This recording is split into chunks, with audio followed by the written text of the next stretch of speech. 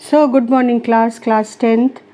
हम लोग turning effect of force कर रहे हैं और टर्निंग इफ़ेक्ट ऑफ फोर्स में हम लोग कितना पढ़ चुके हैं। हम लोग टॉर्क का फॉर्मूला अच्छी तरह से समझ चुके हैं कि torque is force applied into perpendicular distance of point of application of force from the point of rotation into sine of theta where theta is angle between perpendicular distance and force।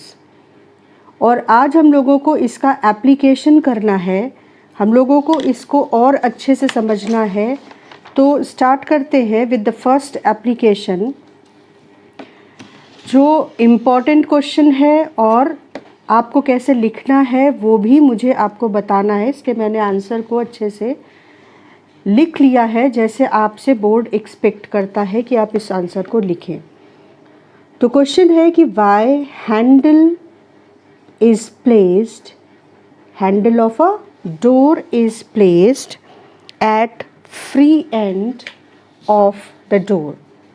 Y handle of a door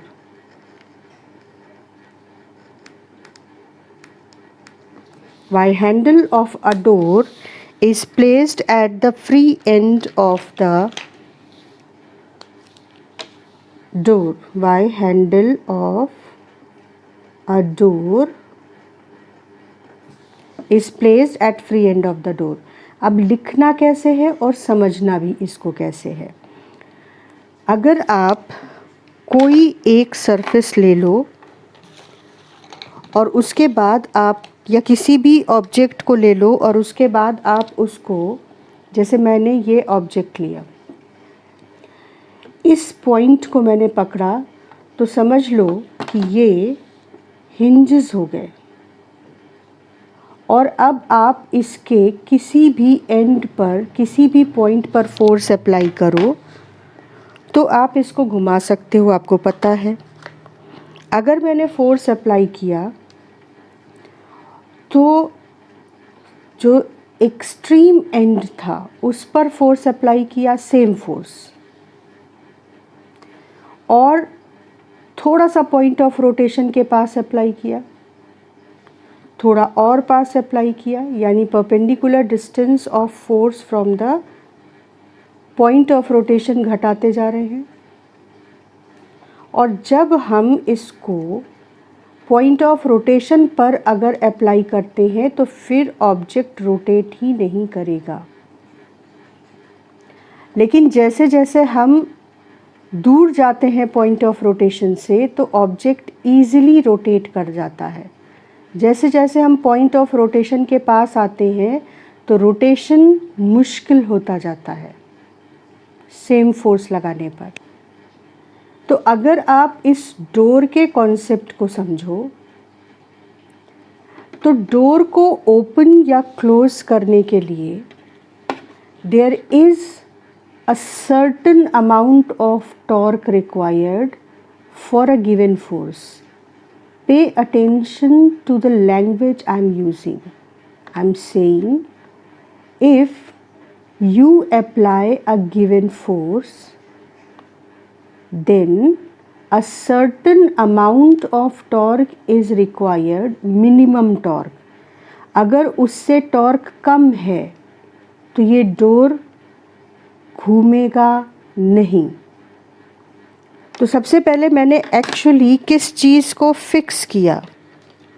मैंने fix किया torque को।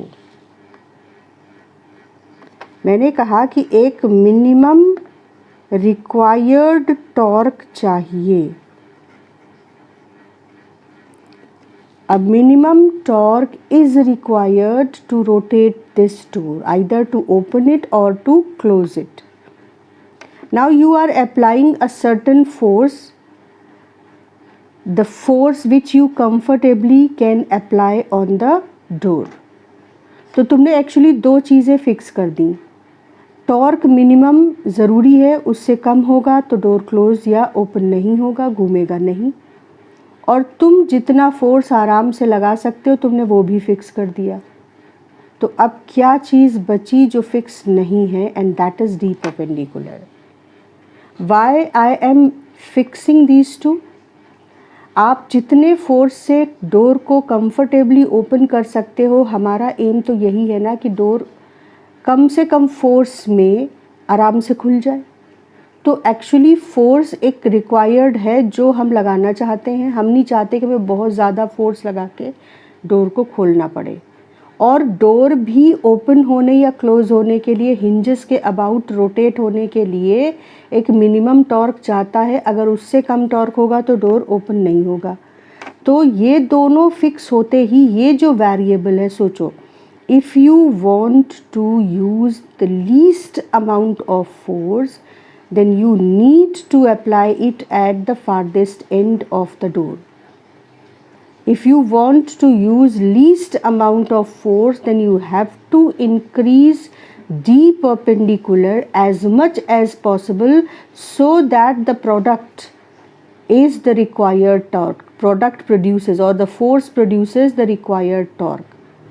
एक बार फिर से समझो what I am saying. We have to answer this question in 3 points. The first point is that we need to rotate an object. We need a minimum amount of torque, at least. That torque is required if you want to rotate an object about the hinges or point of rotation or axis of rotation.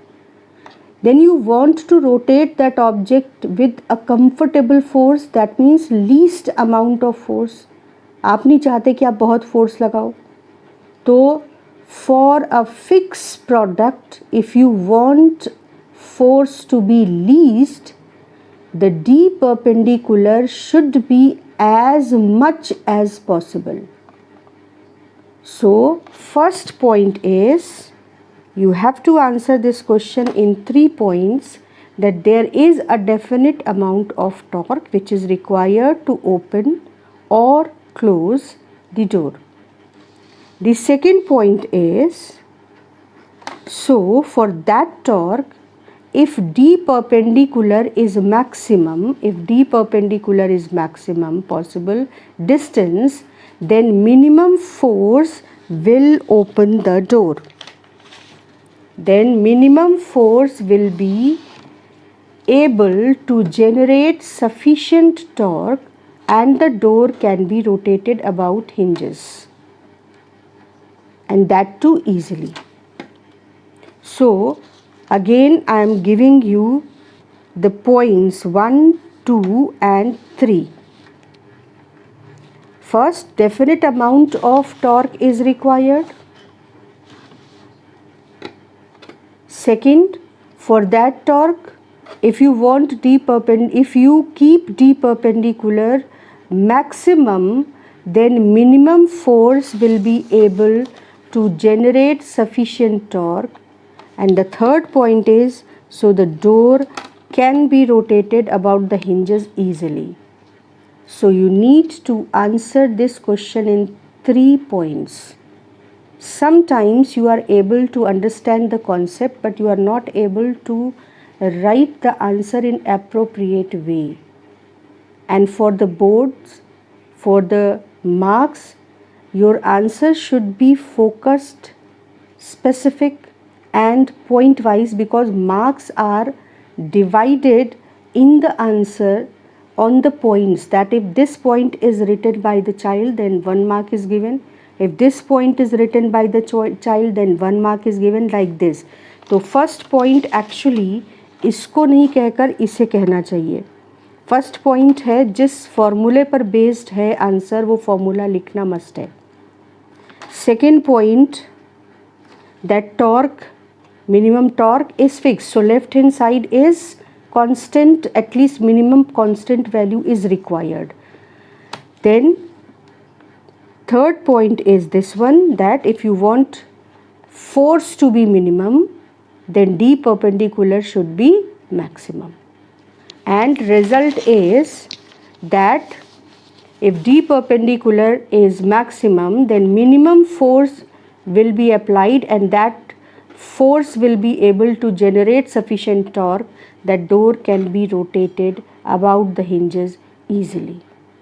So your 3 points must be: first, formula; Second, the minimum torques concept. And third, that if D perpendicular is maximum, then force required will be minimum, and that will make your work easy. Is it clear? Let me move to the second question, and now I hope you start answering by yourself. The next question is that why wrench has a long handle? So the first point should be that minimum torque is required to rotate the screw. Second point obviously will be that if torque, that is left hand side, is fixed. First point is the formula of torque. Second point is that to rotate the screw there is a minimum amount of torque required. So this is second point. And for that minimum amount of torque required, if you increase the D perpendicular, if you keep the D perpendicular large enough, a small force will be able to produce the required torque. So this is your third point. That is, if you keep the D perpendicular large enough, then a small force will be able to produce the required torque and the screw will be rotated easily. Got it? Now there are plenty of questions, but your answer will be in 3 points only. For the first point, formula of torque. For the second point, you will say that for the minimum torque required, if you want to produce minimum torque required, you need to keep the D perpendicular large enough, and that will give you freedom to apply minimum force so that you can rotate that object easily. So whatever is the question, for the same reason the hand flour grinder has a handle near its rim. You got the 3 points you need to write in your answer. Now let me remind you that we got this concept that there are 2 types of torques. One, if the object is rotated clockwise. Let me hold this object here and I apply the force like this.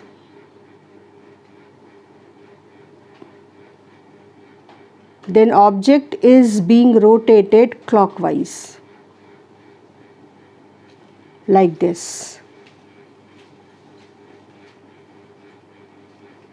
right? If force is applied such that the object is rotated about the point of rotation clockwise,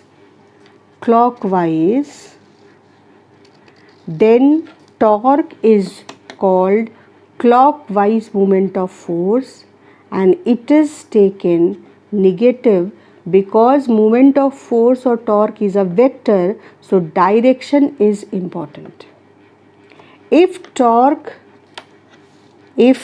force is applied such that object rotates anti-clockwise about the point of rotation, then torque or moment of force is called anti-clockwise moment of force, and this torque is written with a positive sign. And I told you this positive and negative concept and direction of torque in the last class, why we take clockwise rotation or clockwise moment of force as negative and why we take anti-clockwise torque as positive. If you remember the right hand palm rule. The right hand palm rule says that if you curl the fingers in the direction of rotation, then the direction of thumb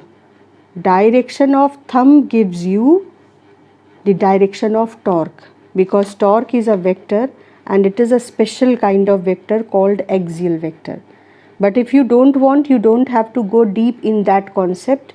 Just remember that clockwise moment of force is negative and anti-clockwise moment of force is positive. Now let me move to the numericals, because numericals actually make us clear in the concept.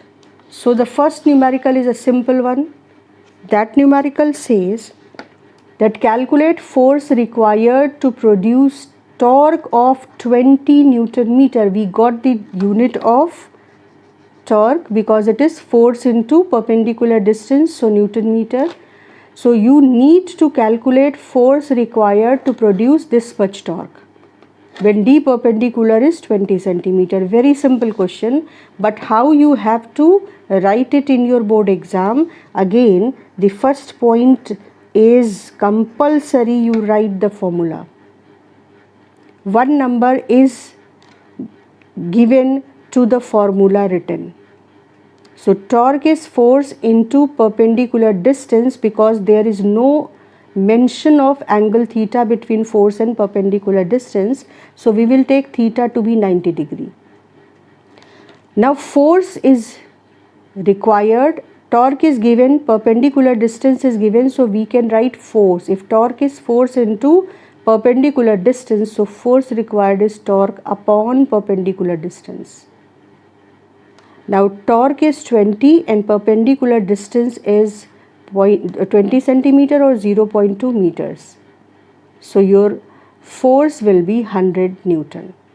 So 1 mark, if this is 3 marks question say, then 1 mark will be for the formula written. The second mark will be for the substitution of the value, and the third mark will be for the answer. Are you getting the way in which board gives you marks distribution? So always remember, first write the formula, second substitute the values in the formula, and third mention your answer in a box, highlight it. Come to the next question, that is, a person opens a door by using 10 Newton force at 10 centimeter distance. What should be distance of point of application of force if he wants to apply 5 Newton force? Now first you have a rough diagram so that you can understand the question well. Have a rough diagram. This is a door and they are saying that you are applying the force at 10 centimeter distance. So if this is the door and the hinges are on the left extreme, these points are the hinges, then force is applied at say 10 centimeter distance, and the force, if this door is in the plane of paper and you are applying the force perpendicular to the door, then let me have the symbol perpendicular to the door and inside the paper, because plane of the door is plane of the paper. तो force यहाँ पे लगा 10 Newton. तो सबसे पहले हमने क्या calculate किया कि ये दोनों डेटा मिलकर कितना टॉर्क बता रहे हैं. क्यों? क्योंकि वो ही टॉर्क हम मान के चलेंगे कि इस डोर को ओपन या क्लोज करने के लिए रिक्वायर्ड है. तो हमने कहा कि torque is force into perpendicular distance, because we take the angle between F and d perpendicular as 90 degree. जब तक आपको थीटा एंगल दिया ना जाए आप अपने आप उसको 90 लेकर चलेंगे. तो torque required to open that door is force. पहले आपने फॉर्मूला लिखा, उसके बाद आपने वैल्यूज सब्स्टिट्यूट करके दिखाई. यहाँ पर 10 न्यूटन और 10 सेंटीमीटर को मीटर में चेंज किया तो कितना आया 1 न्यूटन मीटर. तो ये हो गया the torque required to open that particular door. अब उन्होंने कहा कि फोर्स को रिड्यूस करके 5 न्यूटन अगर हम करना चाहें तो डी परपेंडिकुलर कितना होना चाहिए। तो हमने इस फॉर्मूले पे जाके देखा कि अगर टॉर्क हमें पता है, फोर्स 5 न्यूटन है, तो डी परपेंडिकुलर कैसे निकलेगा, टॉर्क अपॉन फोर्स। तो हमने कहा कि हमारे आंसर के लिए फॉर्मूला है torque upon force. Torque is 1 newton metre and the force we want to apply is 5 Newton. So your D perpendicular should be 0.2 meter or 20 centimeter. Got the answer? Next question. Next question is calculate torque in the given case. Calculate torque in the given case. This is a good question. Calculate torque in the given case.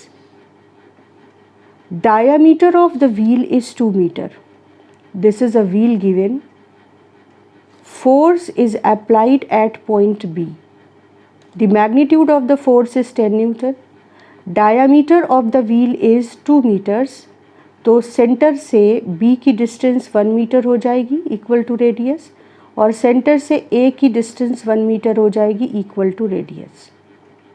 मैंने बोला था तुम लोगों को, last class में समझाया था कि आप जब कभी भी टॉर्क कैलकुलेट करेंगे, टॉर्क का जिक्र करेंगे, तो आपको हमेशा मेंशन करना पड़ेगा किस पॉइंट ऑफ रोटेशन के अबाउट, क्योंकि वही डिसाइड करेगा कि डी परपेंडिकुलर कितना होगा। टॉर्क हमेशा पॉइंट ऑफ रोटेशन के अबाउट लिया जाता है, या किसी पॉइंट को पॉइंट ऑफ रोटेशन मानकर उसके अबाउट लिया जाता है। तो यहाँ पे हमने इसके 3 पार्ट्स दिए हैं। एक, आपको ए के अबाउट टॉर्क निकालना है, मतलब अगर आप इस व्हील को इस फोर्स से ए के अबाउट रोटेट करना चाहें तो ये फोर्स कितना टॉर्क पैदा करेगा। अगर आप इस व्हील को ओ के अबाउट रोटेट करना चाहें तो ये फोर्स कितना टॉर्क प्रोड्यूस करेगा, और अगर आप इस व्हील को बी के अबाउट रोटेट करना चाहें तो ये फोर्स कितना टॉर्क प्रोड्यूस करेगा। तो पहला केस है अबाउट ए। बहुत सिंपल, सबसे पहले आपको लिखना है फॉर्मूला, और क्योंकि कोई एंगल का यहाँ पर कन्फ्यूज़न नहीं है, देखो सबसे पहले आपने फॉर्मूला लिखा। देखो यहाँ पे मैंने force into D perpendicular direct नहीं लिखा, क्योंकि फोर्स की डायरेक्शन दी हुई है, पॉइंट ऑफ रोटेशन दिया हुआ है, तो मैंने पॉइंट ऑफ रोटेशन से एप्लीकेशन पॉइंट तक फोर्स के एक लाइन ड्रॉ की। ये जो लाइन है, ये लाइन है डी परपेंडिकुलर, और ये है फोर्स। अब एंगल निकालने का मेथड ध्यान से सुनिए। कोई भी 2 वेक्टर्स हैं, अगर कोई भी 2 वेक्टर्स, एक वेक्टर है ए और दूसरा वेक्टर है, रैंडमली ले लो बी, और तुमसे कहा जाए कि इन दोनों वेक्टर्स के बीच एंगल बताओ। मेथड क्या है, ध्यान से सुनो। आप एक वेक्टर को एज इट इज़ बना रहने दें और दूसरे वेक्टर को ऐसे ड्रॉ करो कि वेक्टर की ना तो डायरेक्शन बदले, पैरेलल है देखो दोनों, और ना ही लेंथ बदले, लेकिन ए और बी जिनके बीच एंगल निकालना है वो टेल टू टेल जॉइन करके बना लो। और फिर 2 एंगल्स हैं, एक ये और एक ये।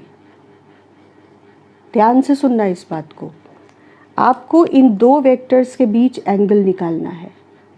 आपने एक वेक्टर को एज इट इज़ बना रहने दिया और दूसरे वेक्टर को आप बिना उसकी डायरेक्शन और लेंथ चेंज किए पैरेलल शिफ्ट करके ऐसे लाए कि वो दोनों vectors tail to tail match कर जाए।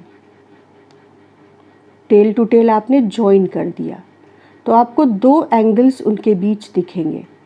जो छोटा वाला एंगल है that is called angle between 2 vectors. For example in R case, A से डी परपेंडिकुलर ये देखो ऐसे है, और जो फोर्स अप्लाइड था वो ऐसे था, एक्चुअल फोर्स जो डायग्राम में दिया था। मैंने क्या किया, इस फोर्स को बिना इसकी डायरेक्शन बदले धीरे से स्लाइड करके ऐसे बना दिया कि ये यहाँ आ गया, पहला स्टेप। और फिर मैंने इस फोर्स को बिना इसकी डायरेक्शन बदले, ये इस तरीके से एक फोर्स था मान लो, और बिना इसकी डायरेक्शन बदले मैंने एक फोर्स ले लेते हैं, ये फोर्स वेक्टर ले लेते हैं, और ये परपेंडिकुलर डिस्प्लेसमेंट वेक्टर ले लेते हैं। देखो ये है मान लो डिस्प्लेसमेंट वेक्टर, ठीक है, ए से बी तक। ए से टेल शुरू की और बी पर जाकर हेड बना दिया। डिस्प्लेसमेंट वेक्टर नहीं, perpendicular distance vector, D perpendicular, ये इस तरीके से। टेल कहाँ पर है इसकी, ए पर, और हेड कहाँ पर है, बी पर। और उसके बाद आपने दूसरा फोर्स वेक्टर, फोर्स आपका इस एरो से रिप्रेजेंट कर रहा है, ये एरो फोर्स को रिप्रेजेंट कर रहा है। मैं यहाँ तुम लोगों को एक छोटी सी बात बता दूँ कि जो वेक्टर क्वांटिटीज़ होती हैं वो एक एरो से रिप्रेजेंट होती हैं। हम जहाँ कहीं भी, अभी आप वेक्टर्स को बहुत इंट्रोडक्टरी लेवल पर पढ़ रहे हैं, लेकिन हम जहाँ कहीं भी फोर्स दिखाएंगे हम एक एरो दिखाएंगे। क्यों? क्योंकि फोर्स एक वेक्टर क्वांटिटी है, और एक वेक्टर क्वांटिटी एक एरो से रिप्रेजेंट होता है, और एरो की टेल उस पॉइंट पर होती है नॉर्मली जहाँ पर वो फोर्स अप्लाई हो रहा है, और हेड उसकी डायरेक्शन बताता है। जब हम पुल कर रहे होते हैं तो हम एरो को ऐसे बनाते हैं, लेकिन जब हम पुश कर रहे होते हैं जैसा कि यहाँ पर हो रहा है, तो हमने हेड को उस पॉइंट पर बनाया है जिस पॉइंट पर वो अप्लाई हो रहा है। ये पुशिंग एक्शन है, और पुलिंग एक्शन में हम टेल को उस पॉइंट पर बनाते हैं जहाँ पर वो अप्लाई हो रहा है। Length of this arrow gives magnitude of this vector, and arrow का हेड इसकी डायरेक्शन को रिप्रेजेंट करता है।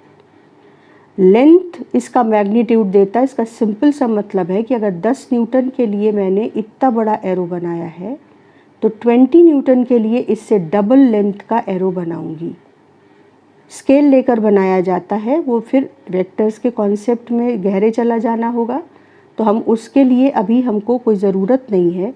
लेकिन क्योंकि यहाँ पर हम वेक्टर्स को डील कर रहे हैं और दोनों वेक्टर्स के बीच का एंगल का कॉन्सेप्ट हमको यूज़ करना पड़ रहा है, तो ये मैं एक्स्ट्रा पॉइंट उन बच्चों के लिए बता रही हूँ जो NTSC का एग्ज़ाम दे सकते हैं, क्योंकि अगर उनको ये कॉन्सेप्ट नहीं पता होगा तो फिर वो क्वेश्चंस में फंसेंगे।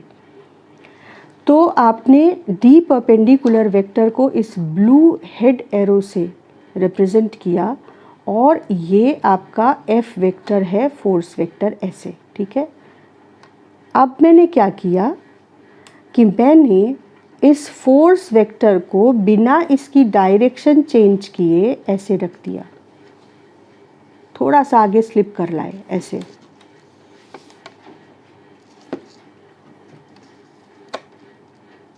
ठीक है।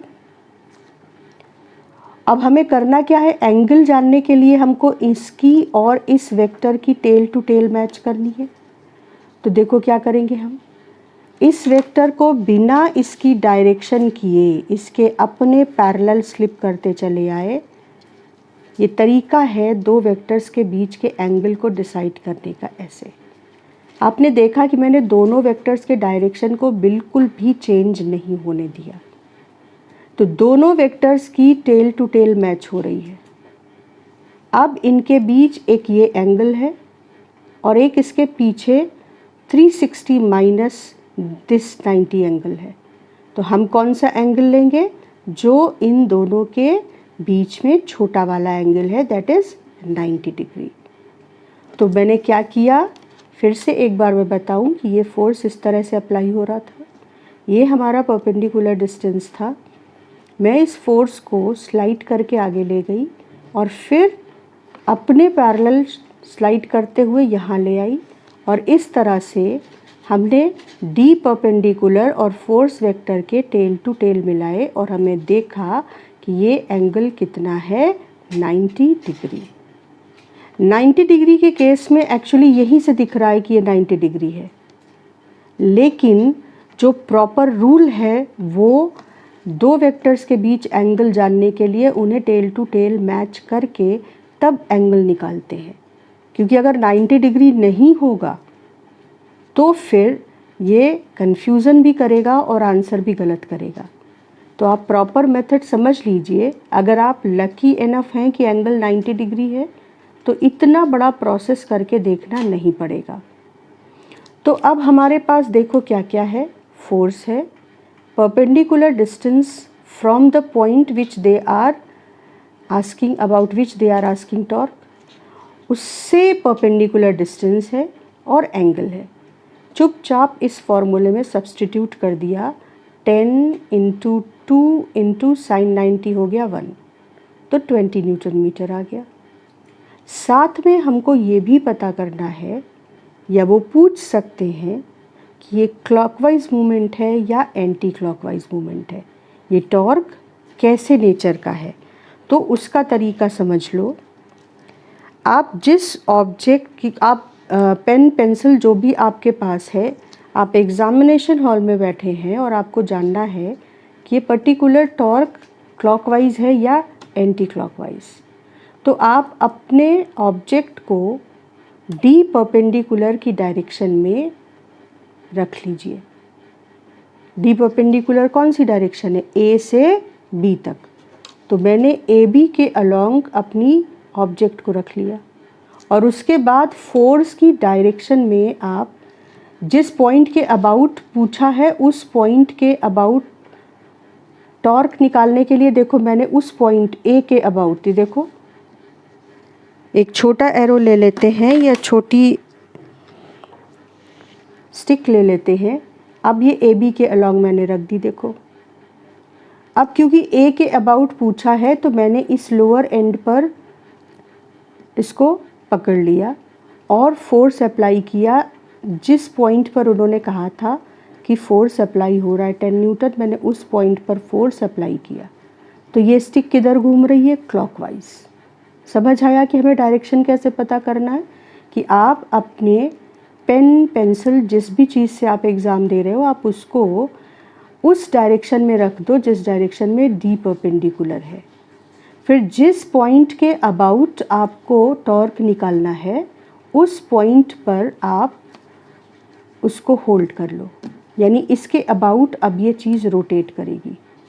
फिर जिस डायरेक्शन में फोर्स लग रहा है उसी डायरेक्शन में फोर्स अप्लाई कर दो।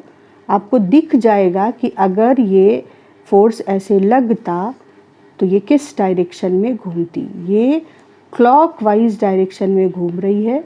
इसका मतलब हो गया कि ये जो टॉर्क है ये क्लॉकवाइज मूवमेंट ऑफ फोर्स या क्लॉकवाइज टॉर्क रिड्यूस कर रहा है फोर्स।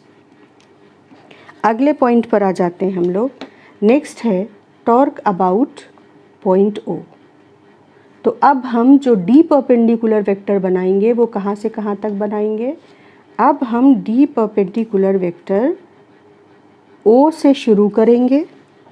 इसको ध्यान से देखो, डी परपेंडिकुलर वेक्टर के लिए ओ से शुरू करेंगे और जहाँ पे फोर्स अप्लाई हो रहा है यानी बी पर, वहाँ तक हमारा ये डी परपेंडिकुलर वेक्टर हो जाएगा। और फोर्स लग रहा है बी पर, जैसे लग रहा था, बिना डायरेक्शन को बदले आपने फोर्स बना दिया। तो अब जो पूरा प्रोसेस था उसकी ज़रूरत नहीं, हमें दिख रहा है कि इन दोनों के बीच एंगल 90 है। तो हमने फटाफट अप्लाई किया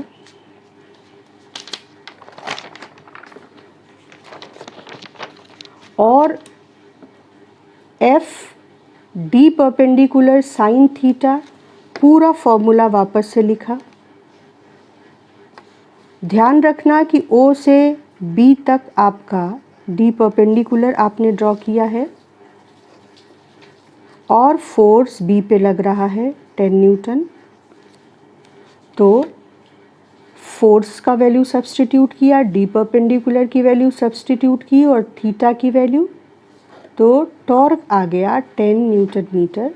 और फिर वही तरीका कि आपने एक पेन पेंसिल जो भी हाथ में था उसको डी परपेंडिकुलर की डायरेक्शन में रख लिया।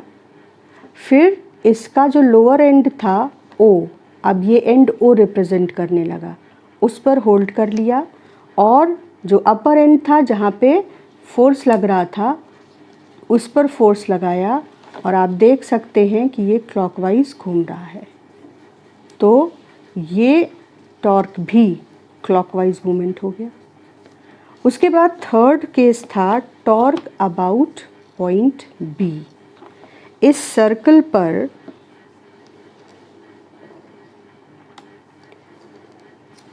ए के अबाउट निकाला, ओ के अबाउट टॉर्क निकाला, लेकिन अब टॉर्क उसी पॉइंट के अबाउट निकालना है जिस पॉइंट पर वो लग रहा है।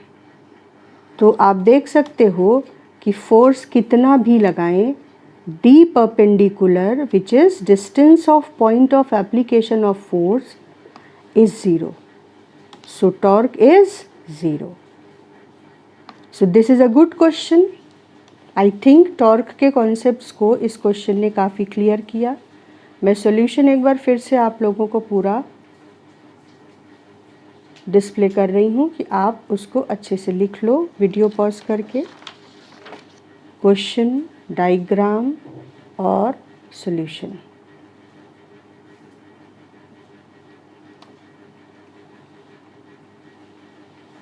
क्लियर? अब एक और अच्छा सवाल है, काफ़ी अच्छा सवाल है और बहुत ज़्यादा इम्पॉर्टेंट बोर्ड के लिए भी और आपके NTSC एग्ज़ाम्स के लिए भी। ये क्वेश्चन क्या कहता है कि rod is pivoted at 50 centimetre mark as shown in the diagram and two masses are suspended from 10 centimetre mark and 90 centimetre mark. Find torque of 10 Newton and 20 Newton about the pivoted point, and also find in which side the rod will tilt. सवाल ध्यान से पढ़ लो, उसके बाद discussion शुरू करते हैं। Video को पॉज करो और सवाल को ध्यान से समझ लो। चलो पहले हम लोग जो रिक्वायर्ड डेटा है वो लिख लेते हैं डायग्राम पर। 10 न्यूटन और 20 न्यूटन के दो वेट्स लटके हुए हैं। 10 सेंटीमीटर के मार्क पे और 90 सेंटीमीटर के मार्क पे। तो पॉइंट ऑफ रोटेशन हमारा यहाँ पे क्या कहा है कि आपको टॉर्क अबाउट पाइवोटेड पॉइंट बताना है। तो पॉइंट ऑफ रोटेशन हमारे लिए क्या हो जाएगा, ये O। पॉइंट ऑफ रोटेशन से अब ध्यान से देखो, ये वेट जो है वो एक्चुअली वेट या ग्रेविटेशनल फोर्स किधर लग रहा है, नीचे की ओर। तो एक्चुअली तुम्हारा जो फोर्स है वो ऐसे लग रहा है।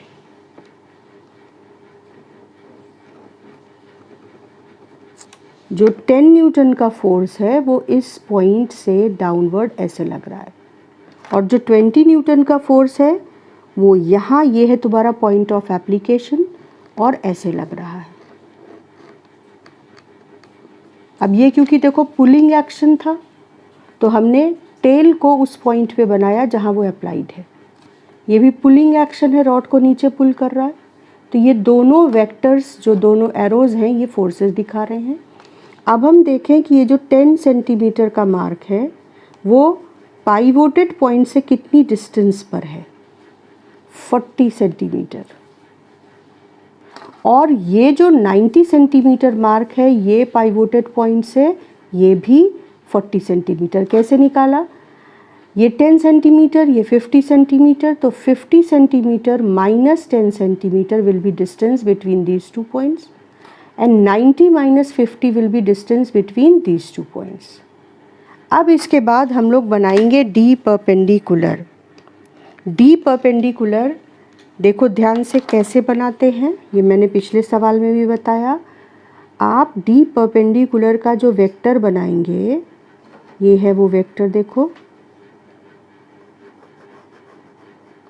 वेक्टर की टेल जो है वो पॉइंट ऑफ रोटेशन पर रहेगी और वेक्टर का जो हेड है वो point of application of force पे रहेगा। Let me use a black pain because that will make you clear. Vector का जो टेल है वो आप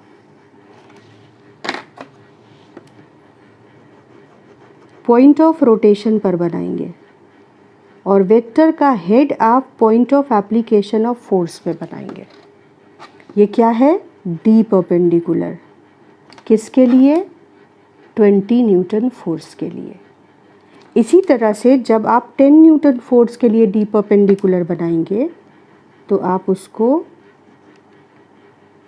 जो एरो बनाएंगे उस एरो की टेल पॉइंट ऑफ रोटेशन यानी ओ पर रहेगी और एरो का हेड फोर्स अप्लाइड पे रहेगा।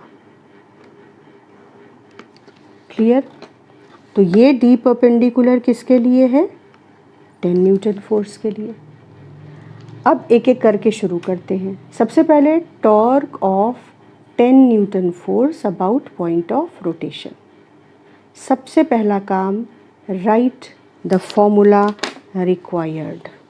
So formula required is force into perpendicular distance into sin theta. ये लिखकर हम लोग हमेशा बॉक्स में कर देंगे, 1 मार्क्स इसके लिए अलॉटेड होता है। फिर हम लोग सारी वैल्यूज़ लिखेंगे। फोर्स 10 न्यूटन है, डी परपेंडिकुलर हम देख चुके हैं 40 सेंटीमीटर है और आपको दिख रहा होगा कि यहाँ भी एंगल 90 डिग्री है, तो हमको टेल टू टेल मिलाकर कंफर्म करने की ज़रूरत नहीं है। दूसरा मार्क्स अलॉट होता है वैल्यू सब्स्टिट्यूट करने के लिए। तो फोर्स की वैल्यू सब्स्टिट्यूट की 10 न्यूटन, डी परपेंडिकुलर 40 सेंटीमीटर है तो उसे मीटर में चेंज किया। आप देख सकते हो कि जो टॉर्क आया वो 4 न्यूटन मीटर आया। क्योंकि टॉर्क एक वेक्टर क्वांटिटी है तो उसकी डायरेक्शन निकालना दिस इज़ मैंडेटरी। तो अगर डायरेक्शन निकालना है तो हमने क्या सीखा था कि डी परपेंडिकुलर की डायरेक्शन में आप एक पेन पेंसिल जो भी लिए हैं वो रख देंगे। ये देखिए रख दिया। इस डी परपेंडिकुलर की टेल वहाँ होगी जहाँ पर पॉइंट ऑफ रोटेशन है, उस पर आप उस पेन पेंसिल या स्टिक को, जैसे मैंने यहाँ यूज़ किया है, तो इसको मैंने उस पॉइंट ऑफ रोटेशन पे होल्ड कर लिया। अब फोर्स लग रहा है नीचे की ओर, तो मैंने फोर्स को नीचे की ओर अप्लाई किया। किधर जा रहा है? Anti clockwise. एंटी क्लॉकवाइज जा रहा है तो देखो हमने लिख दिया, सॉरी क्लॉकवाइज, तो हमने लिख दिया, अरे एंटी क्लॉकवाइज है, 1 मिनट देख लूँ, ये एंटी क्लॉकवाइज है, हाँ एंटी क्लॉकवाइज। तो torque is 4 newton metre and that too anti clockwise. Clear? Torque निकाल लिया, डायरेक्शन निकाल ली, आगे बढ़ गए। टॉर्क ऑफ 20 न्यूटन, 20 न्यूटन का भी टॉर्क उन्होंने ओ के अबाउट कहा है, तो हम लोगों ने फिर से फॉर्मूला लिखा। टॉर्क इज, लेजीनेस यहाँ पे बचानी है बेटा, फॉर्मूला आपको हर बार लिखना है। Torque is force perpendicular distance into sine theta. Value substitute की इसमें, 1 नंबर इसका, 1 नंबर वैल्यू सब्स्टिट्यूट करने का, फिर 1 नंबर आपके आंसर का। वैल्यू सब्स्टिट्यूट की 20 न्यूटन, 40, इसको मीटर में चेंज किया, आपका आंसर आया 8 न्यूटन मीटर। अब मुझे फिर से देखना है कि इसकी डायरेक्शन क्या है टॉर्क की, तो मैंने इस तरीके से फिर से पेन पेंसिल जिस भी चीज़ को आपने यहाँ पे रखा, डी परपेंडिकुलर के अलोंग। ये डी परपेंडिकुलर ऑलरेडी वेक्टर हमने यहाँ पे बना रखा है। फिर ओ के अबाउट आपको टॉर्क निकालना है, उसकी डायरेक्शन निकालनी है, तो उस पॉइंट को होल्ड किया और जिस पॉइंट पर फोर्स लग रहा है उस पॉइंट पर जिधर फोर्स लग रहा है उधर की ओर आपने फोर्स अप्लाई किया। दिख रहा है बेटा? नीचे की ओर फोर्स लग रहा है तो मैंने नीचे की ओर फोर्स अप्लाई किया। अब ये स्टिक किधर घूम रही है? क्लॉकवाइज। तो इस फोर्स का टॉर्क इस पॉइंट के अबाउट किधर हो जाएगा? क्लॉकवाइज डायरेक्शन में। तो हमने लिखा कि ये फोर्स है 4 न्यूटन मीटर, सॉरी हाँ फोर्स है, इसको एंटी क्लॉकवाइज लिख दिया मैंने, no it's clockwise. This is clockwise direction.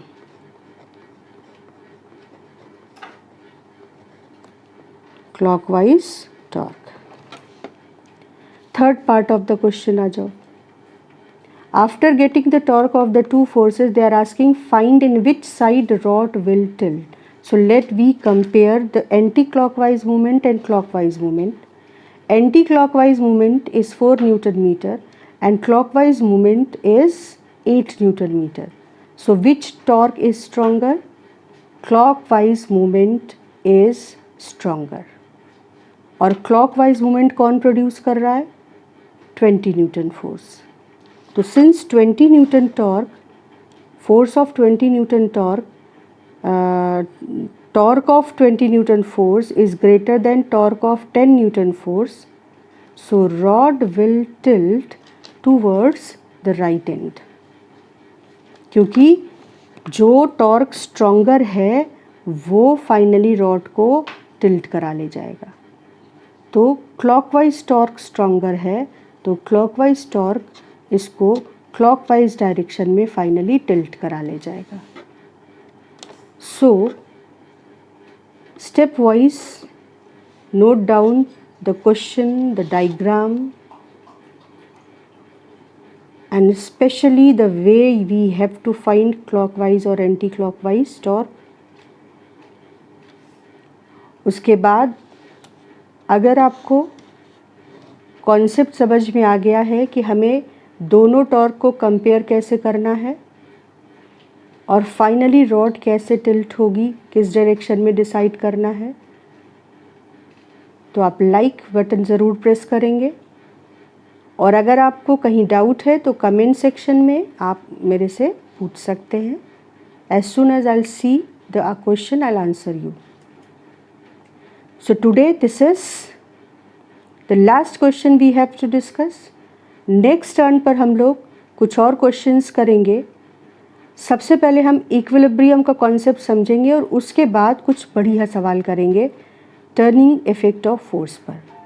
Till then बेटा all the best, keep working hard, dream high. तो हमने हेड को उस पॉइंट पर बनाया है जिस पॉइंट पर वो अप्लाई हो रहा है। ये पुशिंग एक्शन है और पुलिंग एक्शन में हम टेल को उस पॉइंट पर बनाते हैं जहाँ पर वो अप्लाई हो रहा है। Length of this arrow gives magnitude of this vector and arrow का हेड इसकी डायरेक्शन को रिप्रेजेंट करता है।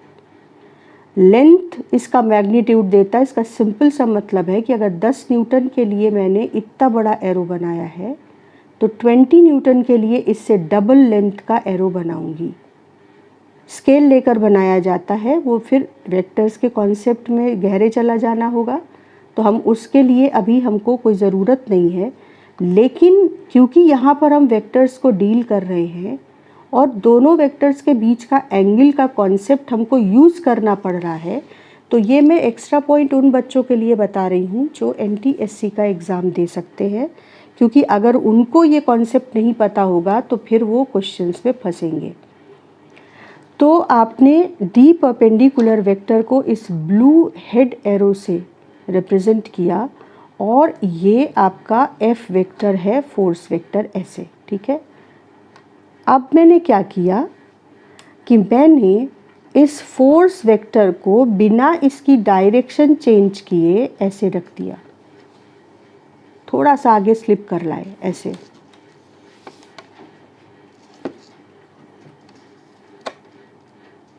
ठीक है, अब हमें करना क्या है, एंगल जानने के लिए हमको इसकी और इस वेक्टर की टेल टू टेल मैच करनी है। तो देखो क्या करेंगे, हम इस वेक्टर को बिना इसकी डायरेक्शन किए इसके अपने पैरेलल स्लिप करते चले आए। ये तरीका है दो वेक्टर्स के बीच के एंगल को डिसाइड करने का। ऐसे आपने देखा कि मैंने दोनों वेक्टर्स के डायरेक्शन को बिल्कुल भी चेंज नहीं होने दिया, तो दोनों वेक्टर्स की टेल टू टेल मैच हो रही है। अब इनके बीच एक ये एंगल है और एक इसके पीछे 360 माइनस दिस 90 एंगल है। तो हम कौन सा एंगल लेंगे, जो इन दोनों के बीच में छोटा वाला एंगल है, दैट इज़ 90 डिग्री। तो मैंने क्या किया, फिर से एक बार मैं बताऊं कि ये फोर्स इस तरह से अप्लाई हो रहा था। ये हमारा परपेंडिकुलर डिस्टेंस था। मैं इस फोर्स को स्लाइड करके आगे ले गई और फिर अपने पैरेलल स्लाइड करते हुए यहाँ ले आई, और इस तरह से हमने डी परपेंडिकुलर और फोर्स वेक्टर के टेल टू टेल मिलाए और हमें देखा कि ये एंगल कितना है, 90 डिग्री। 90 डिग्री के केस में एक्चुअली यहीं से दिख रहा है कि ये 90 डिग्री है, लेकिन जो प्रॉपर रूल है वो दो वेक्टर्स के बीच एंगल जानने के लिए उन्हें टेल टू टेल मैच करके तब एंगल निकालते हैं, क्योंकि अगर 90 डिग्री नहीं होगा तो फिर ये कन्फ्यूज़न भी करेगा और आंसर भी गलत करेगा। तो आप प्रॉपर मेथड समझ लीजिए। अगर आप लकी इनफ हैं कि एंगल 90 डिग्री है तो इतना बड़ा प्रोसेस करके देखना नहीं पड़ेगा। तो अब हमारे पास देखो क्या क्या है, फोर्स है, perpendicular distance from the point which they are asking about, which they are asking torque, उससे perpendicular distance है और एंगल है। चुपचाप इस फॉर्मूले में सब्सटीट्यूट कर दिया, 10 इंटू 2 इंटू साइन 90 हो गया 1, तो 20 न्यूटन मीटर आ गया। साथ में हमको ये भी पता करना है, या वो पूछ सकते हैं कि ये क्लॉकवाइज मूवमेंट है या एंटी क्लॉकवाइज मूवमेंट है, ये टॉर्क कैसे नेचर का है। तो उसका तरीका समझ लो। आप जिस ऑब्जेक्ट की आप पेन पेंसिल जो भी आपके पास है, आप एग्जामिनेशन हॉल में बैठे हैं और आपको जानना है कि ये पर्टिकुलर टॉर्क क्लॉकवाइज है या एंटी क्लॉकवाइज, तो आप अपने ऑब्जेक्ट को डी परपेंडिकुलर की डायरेक्शन में रख लीजिए। डी परपेंडिकुलर कौन सी डायरेक्शन है, ए से बी तक।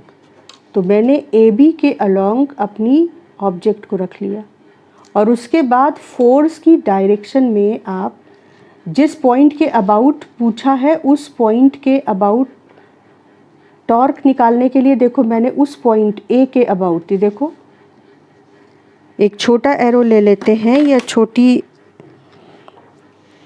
स्टिक ले लेते हैं। अब ये ए बी के अलोंग मैंने रख दी, देखो। अब क्योंकि ए के अबाउट पूछा है तो मैंने इस लोअर एंड पर इसको पकड़ लिया और फोर्स अप्लाई किया जिस पॉइंट पर उन्होंने कहा था कि फोर्स अप्लाई हो रहा है 10 न्यूटन, मैंने उस पॉइंट पर फोर्स अप्लाई किया। तो ये स्टिक किधर घूम रही है, क्लॉकवाइज।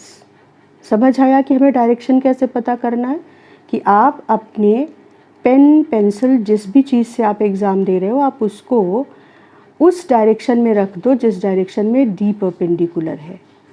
फिर जिस पॉइंट के अबाउट आपको टॉर्क निकालना है उस पॉइंट पर आप उसको होल्ड कर लो, यानी इसके अबाउट अब ये चीज़ रोटेट करेगी। फिर जिस डायरेक्शन में फोर्स लग रहा है उसी डायरेक्शन में फोर्स अप्लाई कर दो। आपको दिख जाएगा कि अगर ये फोर्स ऐसे लगता तो ये किस डायरेक्शन में घूमती, ये क्लॉकवाइज डायरेक्शन में घूम रही है।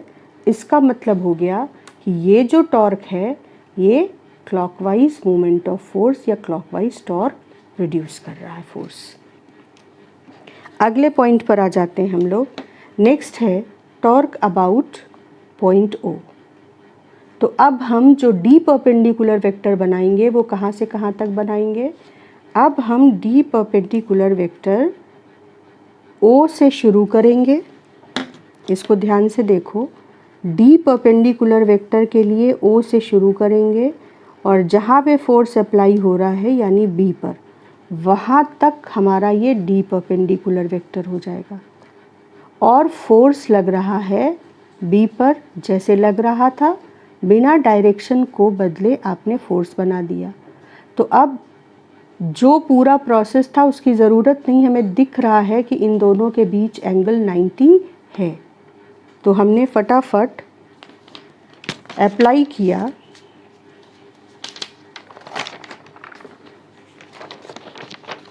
और F D perpendicular sine theta पूरा फॉर्मूला वापस से लिखा।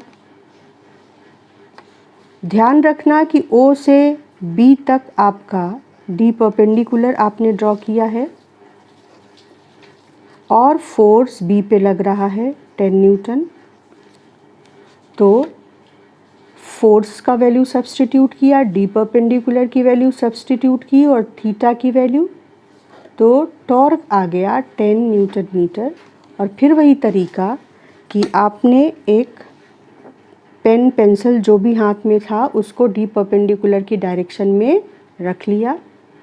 फिर इसका जो लोअर एंड था ओ, अब ये एंड ओ रिप्रेजेंट करने लगा, उस पर होल्ड कर लिया और जो अपर एंड था जहाँ पे फोर्स लग रहा था उस पर फोर्स लगाया और आप देख सकते हैं कि ये क्लॉकवाइज घूम रहा है। तो ये टॉर्क भी क्लॉकवाइज मूवमेंट हो गया।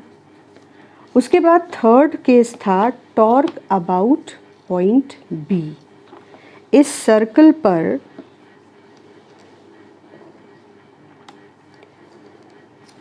ए के अबाउट निकाला, ओ के अबाउट टॉर्क निकाला, लेकिन अब टॉर्क उसी पॉइंट के अबाउट निकालना है जिस पॉइंट पर वो लग रहा है। तो आप देख सकते हो कि फोर्स कितना भी लगाएं, D perpendicular which is distance of point of application of force is 0, so torque is 0। So this is a good question. I think torque के कॉन्सेप्ट्स को इस क्वेश्चन ने काफ़ी क्लियर किया। मैं सॉल्यूशन एक बार फिर से आप लोगों को पूरा डिस्प्ले कर रही हूँ कि आप उसको अच्छे से लिख लो वीडियो पॉज करके। क्वेश्चन, डायग्राम और सॉल्यूशन।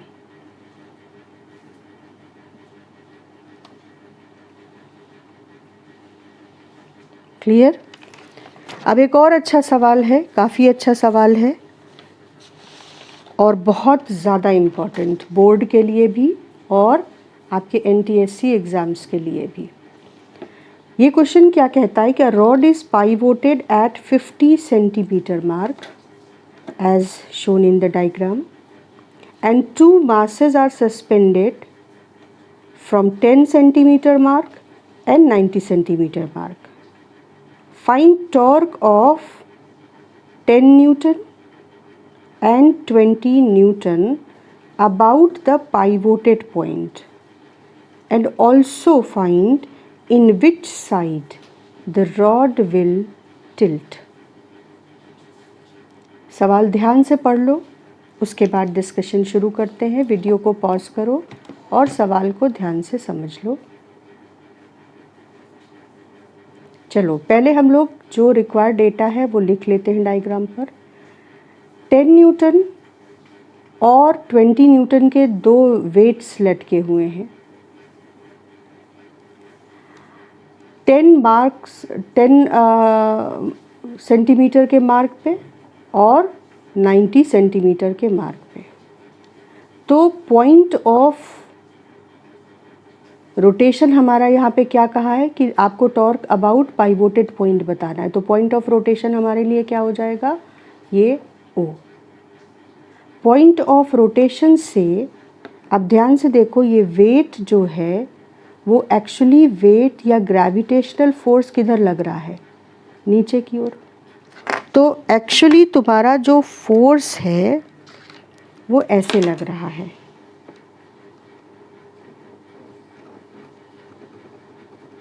जो 10 न्यूटन का फोर्स है वो इस पॉइंट से डाउनवर्ड ऐसे लग रहा है, और जो 20 न्यूटन का फोर्स है वो यहाँ, ये है तुम्हारा पॉइंट ऑफ एप्लीकेशन, और ऐसे लग रहा है। अब ये क्योंकि देखो पुलिंग एक्शन था, तो हमने टेल को उस पॉइंट पे बनाया जहाँ वो अप्लाइड है। ये भी पुलिंग एक्शन है, रॉड को नीचे पुल कर रहा है। तो ये दोनों वेक्टर्स, जो दोनों एरोज हैं, ये फोर्सेस दिखा रहे हैं। अब हम देखें कि ये जो 10 सेंटीमीटर का मार्क है वो पाइवोटेड पॉइंट से कितनी डिस्टेंस पर है, 40 सेंटीमीटर। और ये जो 90 सेंटीमीटर मार्क है ये पाइवोटेड पॉइंट से ये भी 40 सेंटीमीटर। कैसे निकाला? ये 10 सेंटीमीटर, ये 50 सेंटीमीटर, तो 50 centimetre minus 10 centimetre will be distance between these two points, and 90 minus 50 will be distance between these two points. अब इसके बाद हम लोग बनाएंगे डी परपेंडिकुलर। डी परपेंडिकुलर देखो ध्यान से कैसे बनाते हैं, ये मैंने पिछले सवाल में भी बताया। आप डी परपेंडिकुलर का जो वेक्टर बनाएंगे, ये है वो वेक्टर। देखो वेक्टर की टेल जो है वो पॉइंट ऑफ रोटेशन पर रहेगी, और वेक्टर का जो हेड है वो point of application of force पे रहेगा। Let me use a black pain because that will make you clear. Vector का जो टेल है वो आप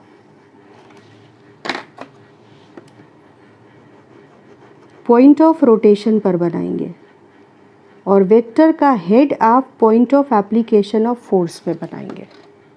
ये क्या है? D perpendicular. किसके लिए? 20 न्यूटन फोर्स के लिए। इसी तरह से जब आप 10 न्यूटन फोर्स के लिए डी परपेंडिकुलर बनाएंगे तो आप उसको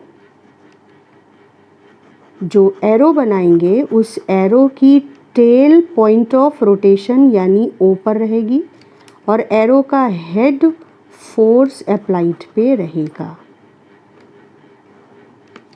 क्लियर? तो ये डी परपेंडिकुलर किसके लिए है? 10 न्यूटन फोर्स के लिए। अब एक एक करके शुरू करते हैं। सबसे पहले torque of 10 Newton force about point of rotation. सबसे पहला काम, right the formula required. So formula required is force into perpendicular distance into sin theta। ये लिखकर हम लोग हमेशा बॉक्स में कर देंगे, 1 मार्क इसके लिए अलॉटेड होता है। फिर हम लोग सारी वैल्यूज़ लिखेंगे। फोर्स 10 न्यूटन है, डी परपेंडिकुलर हम देख चुके हैं 40 सेंटीमीटर है, और आपको दिख रहा होगा कि यहाँ भी एंगल 90 डिग्री है, तो हमको टेल टू टेल मिलाकर कंफर्म करने की ज़रूरत नहीं है। दूसरा मार्क्स अलॉट होता है वैल्यू सब्स्टिट्यूट करने के लिए, तो फोर्स की वैल्यू सब्स्टिट्यूट की 10 न्यूटन, डी परपेंडिकुलर 40 सेंटीमीटर है तो उसे मीटर में चेंज किया। आप देख सकते हो कि जो टॉर्क आया वो 4 न्यूटन मीटर आया। क्योंकि टॉर्क एक वेक्टर क्वांटिटी है तो उसकी डायरेक्शन निकालना दिस इज़ मैंडेटरी। तो अगर डायरेक्शन निकालना है तो हमने क्या सीखा था कि डी परपेंडिकुलर की डायरेक्शन में आप एक पेन पेंसिल जो भी लिए हैं वो रख देंगे। ये देखिए रख दिया। इस डी परपेंडिकुलर की टेल वहाँ होगी जहाँ पर पॉइंट ऑफ रोटेशन है, उस पर आप उस पेन पेंसिल या स्टिक को, जैसे मैंने यहाँ यूज़ किया है, तो इसको मैंने उस पॉइंट ऑफ रोटेशन पे होल्ड कर लिया। अब फोर्स लग रहा है नीचे की ओर, तो मैंने फोर्स को नीचे की ओर अप्लाई किया। किधर जा रहा है? Anti clockwise. एंटी क्लॉकवाइज जा रहा है तो देखो हमने लिख दिया, सॉरी क्लॉकवाइज, तो हमने लिख दिया, अरे एंटी क्लॉकवाइज है, 1 मिनट देख लूँ, ये एंटी क्लॉकवाइज है, हाँ एंटी क्लॉकवाइज। तो torque is 4 newton metre and that too anti clockwise.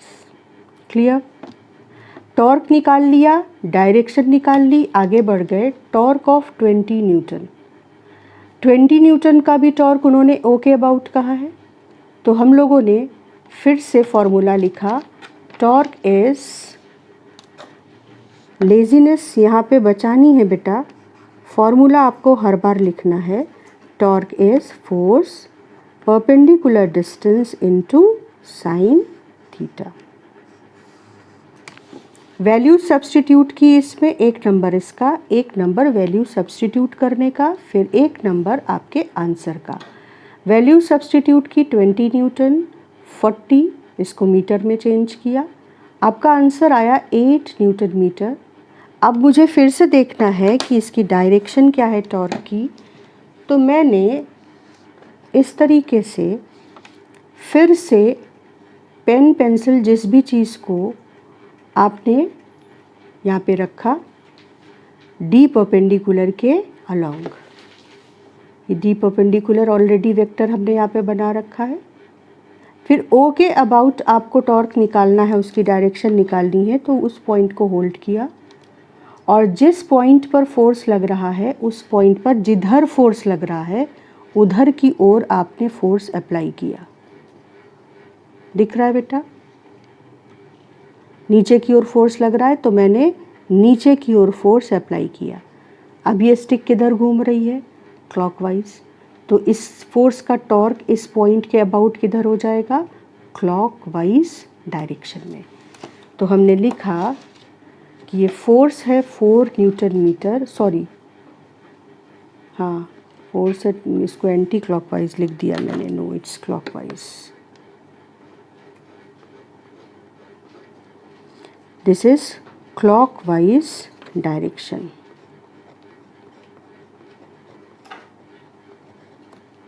Clockwise torque. Third part of the question आ जाओ। After getting the torque of the two forces, they are asking find in which side rod will tilt. So let we compare the anti-clockwise movement and clockwise movement. Anti-clockwise movement is 4 Newton meter. And clockwise movement is 8 Newton meter. So which torque is stronger? Clockwise movement is stronger. और clockwise movement कौन produce कर रहा है? 20 Newton force. तो since 20 Newton torque, force of 20 Newton torque, torque of 20 Newton force is greater than torque of 10 Newton force, so rod will tilt towards the right end. क्योंकि जो torque stronger है वो finally rod को tilt करा ले जाएगा। तो clockwise torque stronger है तो क्लॉकवाइज टॉर्क इसको क्लॉकवाइज डायरेक्शन में फाइनली टिल्ट करा ले जाएगा। सो step wise note down the question, the diagram, and especially the way we have to find clockwise or anti-clockwise torque. उसके बाद अगर आपको कॉन्सेप्ट समझ में आ गया है कि हमें दोनों टॉर्क को कंपेयर कैसे करना है और फाइनली रॉड कैसे टिल्ट होगी, किस डायरेक्शन में डिसाइड करना है, तो आप लाइक बटन ज़रूर प्रेस करेंगे। और अगर आपको कहीं डाउट है तो कमेंट सेक्शन में आप मेरे से पूछ सकते हैं। As soon as I see the question I answer you. So today this is the last question we have to discuss. Next turn पर हम लोग कुछ और क्वेश्चंस करेंगे। सबसे पहले हम इक्विलिब्रियम का कॉन्सेप्ट समझेंगे और उसके बाद कुछ बढ़िया सवाल करेंगे टर्निंग इफेक्ट ऑफ फोर्स पर। टिल देन बेटा all the best, keep working hard, dream high. तो हमने हेड को उस पॉइंट पर बनाया है जिस पॉइंट पर वो अप्लाई हो रहा है। ये पुशिंग एक्शन है और पुलिंग एक्शन में हम टेल को उस पॉइंट पर बनाते हैं जहाँ पर वो अप्लाई हो रहा है। Length of this arrow gives magnitude of this vector and arrow का head इसकी डायरेक्शन को रिप्रेजेंट करता है। लेंथ इसका मैग्नीट्यूड देता है। इसका सिंपल सा मतलब है कि अगर 10 न्यूटन के लिए मैंने इतना बड़ा एरो बनाया है तो 20 न्यूटन के लिए इससे डबल लेंथ का एरो बनाऊंगी। स्केल लेकर बनाया जाता है, वो फिर वेक्टर्स के कॉन्सेप्ट में गहरे चला जाना होगा, तो हम उसके लिए अभी हमको कोई ज़रूरत नहीं है। लेकिन क्योंकि यहाँ पर हम वेक्टर्स को डील कर रहे हैं और दोनों वेक्टर्स के बीच का एंगल का कॉन्सेप्ट हमको यूज़ करना पड़ रहा है, तो ये मैं एक्स्ट्रा पॉइंट उन बच्चों के लिए बता रही हूँ जो NTSC का एग्ज़ाम दे सकते हैं, क्योंकि अगर उनको ये कॉन्सेप्ट नहीं पता होगा तो फिर वो क्वेश्चंस में फंसेंगे। तो आपने डी परपेंडिकुलर वेक्टर को इस ब्लू हेड एरो से रिप्रेजेंट किया और ये आपका F वेक्टर है, फोर्स वेक्टर ऐसे, ठीक है। अब मैंने क्या किया कि मैंने इस फोर्स वेक्टर को बिना इसकी डायरेक्शन चेंज किए ऐसे रख दिया, थोड़ा सा आगे स्लिप कर लाए ऐसे।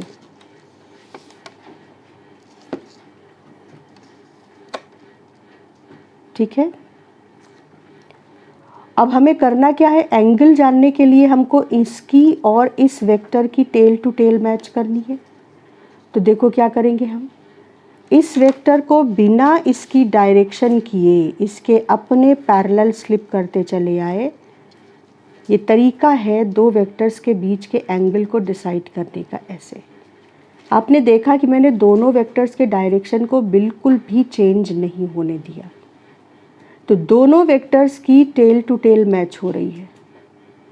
अब इनके बीच एक ये एंगल है और एक इसके पीछे 360 माइनस दिस 90 एंगल है। तो हम कौन सा एंगल लेंगे, जो इन दोनों के बीच में छोटा वाला एंगल है, दैट इज़ 90 डिग्री। तो मैंने क्या किया, फिर से एक बार मैं बताऊं कि ये फोर्स इस तरह से अप्लाई हो रहा था। ये हमारा परपेंडिकुलर डिस्टेंस था। मैं इस फोर्स को स्लाइड करके आगे ले गई और फिर अपने पैरेलल स्लाइड करते हुए यहाँ ले आई और इस तरह से हमने डी परपेंडिकुलर और फोर्स वेक्टर के टेल टू टेल मिलाए और हमें देखा कि ये एंगल कितना है, 90 डिग्री। 90 डिग्री के केस में एक्चुअली यहीं से दिख रहा है कि ये 90 डिग्री है, लेकिन जो प्रॉपर रूल है वो दो वेक्टर्स के बीच एंगल जानने के लिए उन्हें टेल टू टेल मैच करके तब एंगल निकालते हैं, क्योंकि अगर 90 डिग्री नहीं होगा तो फिर ये कन्फ्यूज़न भी करेगा और आंसर भी गलत करेगा। तो आप प्रॉपर मेथड समझ लीजिए। अगर आप लकी इनफ हैं कि एंगल 90 डिग्री है तो इतना बड़ा प्रोसेस करके देखना नहीं पड़ेगा। तो अब हमारे पास देखो क्या क्या है, फोर्स है, perpendicular distance from the point which they are asking about which they are asking torque, उससे परपेंडिकुलर डिस्टेंस है और एंगल है। चुपचाप इस फॉर्मूले में सब्सटीट्यूट कर दिया, 10 × 2 × sin 90 हो गया 1, तो 20 न्यूटन मीटर आ गया। साथ में हमको ये भी पता करना है, या वो पूछ सकते हैं कि ये क्लॉकवाइज मूवमेंट है या एंटी क्लॉकवाइज मूवमेंट है, ये टॉर्क कैसे नेचर का है। तो उसका तरीका समझ लो। आप जिस ऑब्जेक्ट की आप पेन पेंसिल जो भी आपके पास है, आप एग्जामिनेशन हॉल में बैठे हैं और आपको जानना है कि ये पर्टिकुलर टॉर्क क्लॉकवाइज है या एंटी क्लॉकवाइज, तो आप अपने ऑब्जेक्ट को डी परपेंडिकुलर की डायरेक्शन में रख लीजिए। डी परपेंडिकुलर कौन सी डायरेक्शन है, ए से बी तक। तो मैंने ए बी के अलोंग अपनी ऑब्जेक्ट को रख लिया और उसके बाद फोर्स की डायरेक्शन में आप जिस पॉइंट के अबाउट पूछा है उस पॉइंट के अबाउट टॉर्क निकालने के लिए देखो मैंने उस पॉइंट ए के अबाउट, देखो एक छोटा एरो ले लेते हैं या छोटी स्टिक ले लेते हैं। अब ये ए बी के अलोंग मैंने रख दी। देखो अब क्योंकि ए के अबाउट पूछा है तो मैंने इस लोअर एंड पर इसको पकड़ लिया और फोर्स अप्लाई किया जिस पॉइंट पर उन्होंने कहा था कि फोर्स अप्लाई हो रहा है 10 न्यूटन, मैंने उस पॉइंट पर फोर्स अप्लाई किया। तो ये स्टिक किधर घूम रही है, क्लॉकवाइज। समझ आया कि हमें डायरेक्शन कैसे पता करना है, कि आप अपने पेन पेंसिल जिस भी चीज़ से आप एग्ज़ाम दे रहे हो आप उसको उस डायरेक्शन में रख दो जिस डायरेक्शन में डी परपेंडिकुलर है। फिर जिस पॉइंट के अबाउट आपको टॉर्क निकालना है उस पॉइंट पर आप उसको होल्ड कर लो, यानी इसके अबाउट अब ये चीज़ रोटेट करेगी। फिर जिस डायरेक्शन में फोर्स लग रहा है उसी डायरेक्शन में फोर्स अप्लाई कर दो। आपको दिख जाएगा कि अगर ये फोर्स ऐसे लगता तो ये किस डायरेक्शन में घूमती, ये क्लॉकवाइज डायरेक्शन में घूम रही है। इसका मतलब हो गया कि ये जो टॉर्क है ये क्लॉकवाइज मूवमेंट ऑफ फोर्स या क्लॉकवाइज टॉर्क रिड्यूस कर रहा है फोर्स। अगले पॉइंट पर आ जाते हैं हम लोग। नेक्स्ट है टॉर्क अबाउट पॉइंट ओ। तो अब हम जो डी परपेंडिकुलर वेक्टर बनाएंगे वो कहाँ से कहाँ तक बनाएंगे। अब हम डी परपेंडिकुलर वेक्टर ओ से शुरू करेंगे। इसको ध्यान से देखो, डी परपेंडिकुलर वेक्टर के लिए ओ से शुरू करेंगे और जहाँ पे फोर्स अप्लाई हो रहा है यानी बी पर, वहाँ तक हमारा ये डी परपेंडिकुलर वेक्टर हो जाएगा। और फोर्स लग रहा है बी पर, जैसे लग रहा था, बिना डायरेक्शन को बदले आपने फोर्स बना दिया। तो अब जो पूरा प्रोसेस था उसकी ज़रूरत नहीं, हमें दिख रहा है कि इन दोनों के बीच एंगल 90 है। तो हमने फटाफट अप्लाई किया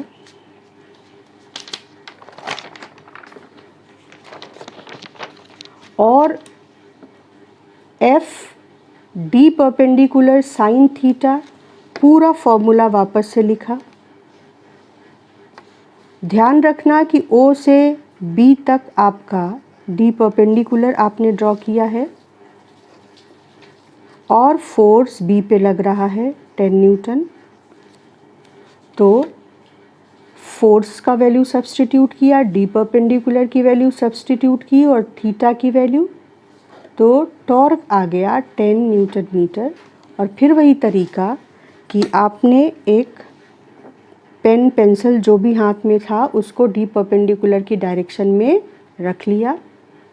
फिर इसका जो लोअर एंड था ओ, अब ये एंड ओ रिप्रेजेंट करने लगा, उस पर होल्ड कर लिया और जो अपर एंड था जहाँ पे फोर्स लग रहा था उस पर फोर्स लगाया और आप देख सकते हैं कि ये क्लॉकवाइज घूम रहा है।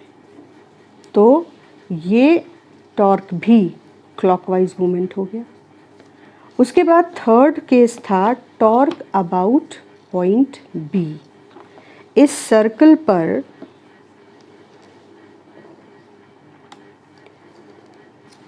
ए के अबाउट निकाला, ओ के अबाउट टॉर्क निकाला, लेकिन अब टॉर्क उसी पॉइंट के अबाउट निकालना है जिस पॉइंट पर वो लग रहा है।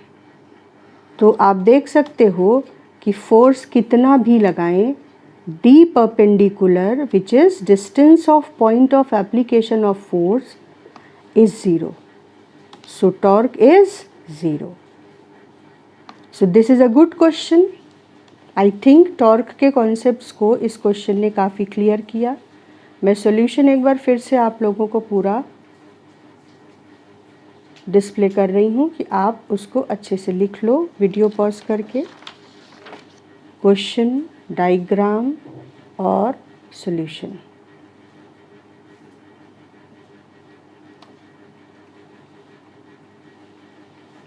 क्लियर?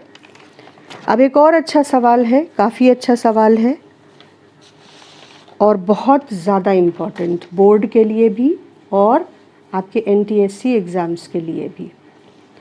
ये क्वेश्चन क्या कहता है कि rod is pivoted at 50 centimetre mark as shown in the diagram and two masses are suspended from 10 centimetre mark and 90 centimetre mark. Find torque of 10 Newton and 20 Newton about the pivoted point, and also find in which side the rod will tilt. सवाल ध्यान से पढ़ लो उसके बाद discussion शुरू करते हैं। Video को पॉज करो और सवाल को ध्यान से समझ लो। चलो पहले हम लोग जो रिक्वायर्ड डेटा है वो लिख लेते हैं डायग्राम पर। 10 न्यूटन और 20 न्यूटन के दो वेट्स लटके हुए हैं। 10 सेंटीमीटर के मार्क पे और 90 सेंटीमीटर के मार्क पे। तो पॉइंट ऑफ रोटेशन हमारा यहाँ पे क्या कहा है कि आपको टॉर्क अबाउट पाइवोटेड पॉइंट बताना है। तो पॉइंट ऑफ रोटेशन हमारे लिए क्या हो जाएगा, ये O। पॉइंट ऑफ रोटेशन से अब ध्यान से देखो, ये वेट जो है वो एक्चुअली वेट या ग्रेविटेशनल फोर्स किधर लग रहा है, नीचे की ओर। तो एक्चुअली तुम्हारा जो फोर्स है वो ऐसे लग रहा है।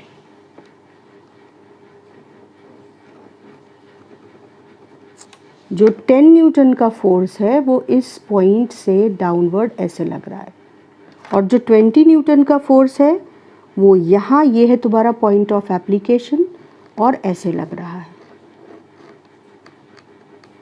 अब ये क्योंकि देखो पुलिंग एक्शन था तो हमने टेल को उस पॉइंट पे बनाया जहाँ वो अप्लाइड है। ये भी पुलिंग एक्शन है, रॉड को नीचे पुल कर रहा है। तो ये दोनों वेक्टर्स, जो दोनों एरोज हैं, ये फोर्सेस दिखा रहे हैं। अब हम देखें कि ये जो 10 सेंटीमीटर का मार्क है वो पाइवोटेड पॉइंट से कितनी डिस्टेंस पर है, 40 सेंटीमीटर। और ये जो 90 सेंटीमीटर मार्क है ये पाइवोटेड पॉइंट से ये भी 40 सेंटीमीटर। कैसे निकाला, ये 10 सेंटीमीटर, ये 50 सेंटीमीटर, तो 50 centimetre minus 10 centimetre will be distance between these two points, and 90 minus 50 will be distance between these two points। अब इसके बाद हम लोग बनाएंगे डी परपेंडिकुलर। डी परपेंडिकुलर देखो ध्यान से कैसे बनाते हैं, ये मैंने पिछले सवाल में भी बताया।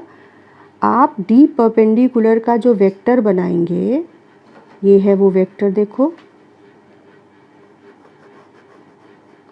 वेक्टर की टेल जो है वो पॉइंट ऑफ रोटेशन पर रहेगी, और वेक्टर का जो हेड है वो point of application of force पे रहेगा।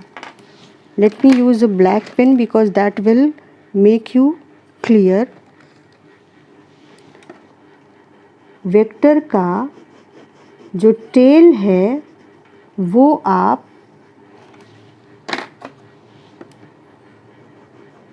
पॉइंट ऑफ रोटेशन पर बनाएंगे, और वेक्टर का हेड आप point of application of force पे बनाएंगे। ये क्या है, डी परपेंडिकुलर। किसके लिए, 20 न्यूटन फोर्स के लिए। इसी तरह से जब आप 10 न्यूटन फोर्स के लिए डी परपेंडिकुलर बनाएंगे तो आप उसको जो एरो बनाएंगे उस एरो की टेल पॉइंट ऑफ रोटेशन यानी ओ पर रहेगी, और एरो का हेड फोर्स अप्लाइड पे रहेगा। क्लियर। तो ये डी परपेंडिकुलर किसके लिए है, 10 न्यूटन फोर्स के लिए। अब एक एक करके शुरू करते हैं। सबसे पहले torque of 10 Newton force about point of rotation. सबसे पहला काम, right the formula required. So formula required is force into perpendicular distance into sin theta। ये लिखकर हम लोग हमेशा बॉक्स में कर देंगे, 1 मार्क्स इसके लिए अलॉटेड होता है। फिर हम लोग सारी वैल्यूज़ लिखेंगे। फोर्स 10 न्यूटन है, डी परपेंडिकुलर हम देख चुके हैं 40 सेंटीमीटर है, और आपको दिख रहा होगा कि यहाँ भी एंगल 90 डिग्री है, तो हमको टेल टू टेल मिलाकर कंफर्म करने की ज़रूरत नहीं है। दूसरा मार्क्स अलॉट होता है वैल्यू सब्स्टिट्यूट करने के लिए। तो फोर्स की वैल्यू सब्स्टिट्यूट की 10 न्यूटन, डी परपेंडिकुलर 40 सेंटीमीटर है तो उसे मीटर में चेंज किया। आप देख सकते हो कि जो टॉर्क आया वो 4 न्यूटन मीटर आया। क्योंकि टॉर्क एक वेक्टर क्वांटिटी है तो उसकी डायरेक्शन निकालना दिस इज़ मैंडेटरी। तो अगर डायरेक्शन निकालना है तो हमने क्या सीखा था कि डी परपेंडिकुलर की डायरेक्शन में आप एक पेन पेंसिल जो भी लिए हैं वो रख देंगे। ये देखिए रख दिया। इस डी परपेंडिकुलर की टेल वहाँ होगी जहाँ पर पॉइंट ऑफ रोटेशन है, उस पर आप उस पेन पेंसिल या स्टिक को, जैसे मैंने यहाँ यूज़ किया है, तो इसको मैंने उस पॉइंट ऑफ रोटेशन पे होल्ड कर लिया। अब फोर्स लग रहा है नीचे की ओर, तो मैंने फोर्स को नीचे की ओर अप्लाई किया।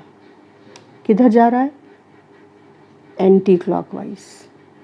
एंटी क्लॉकवाइज जा रहा है तो देखो हमने लिख दिया, सॉरी क्लॉकवाइज, तो हमने लिख दिया, अरे एंटी क्लॉकवाइज है, एक मिनट देख लूँ, ये एंटी क्लॉकवाइज है, हाँ एंटी क्लॉकवाइज। तो torque is 4 newton metre and that too anti clockwise. Clear? Torque निकाल लिया, डायरेक्शन निकाल ली, आगे बढ़ गए। टॉर्क ऑफ 20 न्यूटन, 20 न्यूटन का भी टॉर्क उन्होंने ओ के अबाउट कहा है, तो हम लोगों ने फिर से फॉर्मूला लिखा, टॉर्क इज, लेजीनेस यहाँ पे बचानी है बेटा, फॉर्मूला आपको हर बार लिखना है, torque is force perpendicular distance into sine theta. Value substitute की इसमें, एक नंबर इसका, एक नंबर वैल्यू सब्स्टिट्यूट करने का, फिर एक नंबर आपके आंसर का। वैल्यू सब्स्टिट्यूट की 20 न्यूटन, 40, इसको मीटर में चेंज किया, आपका आंसर आया 8 न्यूटन मीटर। अब मुझे फिर से देखना है कि इसकी डायरेक्शन क्या है टॉर्क की, तो मैंने इस तरीके से फिर से पेन पेंसिल जिस भी चीज़ को आपने यहाँ पे रखा, डी परपेंडिकुलर के अलोंग, ये डी परपेंडिकुलर ऑलरेडी वेक्टर हमने यहाँ पे बना रखा है। फिर ओ के अबाउट आपको टॉर्क निकालना है, उसकी डायरेक्शन निकालनी है, तो उस पॉइंट को होल्ड किया और जिस पॉइंट पर फोर्स लग रहा है उस पॉइंट पर जिधर फोर्स लग रहा है उधर की ओर आपने फोर्स अप्लाई किया। दिख रहा है बेटा? नीचे की ओर फोर्स लग रहा है तो मैंने नीचे की ओर फोर्स अप्लाई किया। अब ये स्टिक किधर घूम रही है? क्लॉकवाइज। तो इस फोर्स का टॉर्क इस पॉइंट के अबाउट किधर हो जाएगा? क्लॉकवाइज डायरेक्शन में। तो हमने लिखा कि ये फोर्स है 4 न्यूटन मीटर, सॉरी हाँ फोर्स है, इसको एंटी क्लॉकवाइज लिख दिया मैंने, no it's clockwise. This is clockwise direction.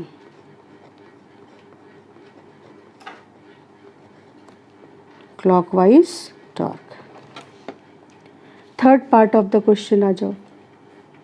After getting the torque of the two forces, they are asking find in which side rod will tilt. So let we compare the anti-clockwise movement and clockwise movement. Anti-clockwise movement is 4 Newton meter. And clockwise movement is 8 Newton meter. So which torque is stronger? Clockwise movement is stronger. और clockwise movement कौन produce कर रहा है? 20 Newton force. तो since 20 Newton torque, force of 20 Newton torque, torque of 20 Newton force is greater than torque of 10 Newton force, so rod will tilt towards the right end. क्योंकि जो torque stronger है वो finally rod को tilt करा ले जाएगा। तो clockwise torque stronger है, तो क्लॉकवाइज टॉर्क इसको क्लॉकवाइज डायरेक्शन में फाइनली टिल्ट करा ले जाएगा। सो step wise note down the question, the diagram, and especially the way we have to find clockwise or anti-clockwise torque. उसके बाद अगर आपको कॉन्सेप्ट समझ में आ गया है कि हमें दोनों टॉर्क को कंपेयर कैसे करना है और फाइनली रॉड कैसे टिल्ट होगी, किस डायरेक्शन में डिसाइड करना है, तो आप लाइक बटन ज़रूर प्रेस करेंगे और अगर आपको कहीं डाउट है तो कमेंट सेक्शन में आप मेरे से पूछ सकते हैं. As soon as I'll see the question, I'll answer you. So today this is the last question we have to discuss. Next turn पर हम लोग कुछ और questions करेंगे. सबसे पहले हम इक्विलिब्रियम का कॉन्सेप्ट समझेंगे और उसके बाद कुछ बढ़िया सवाल करेंगे टर्निंग इफेक्ट ऑफ फोर्स पर. टिल देन बेटा, all the best, keep working hard, dream high.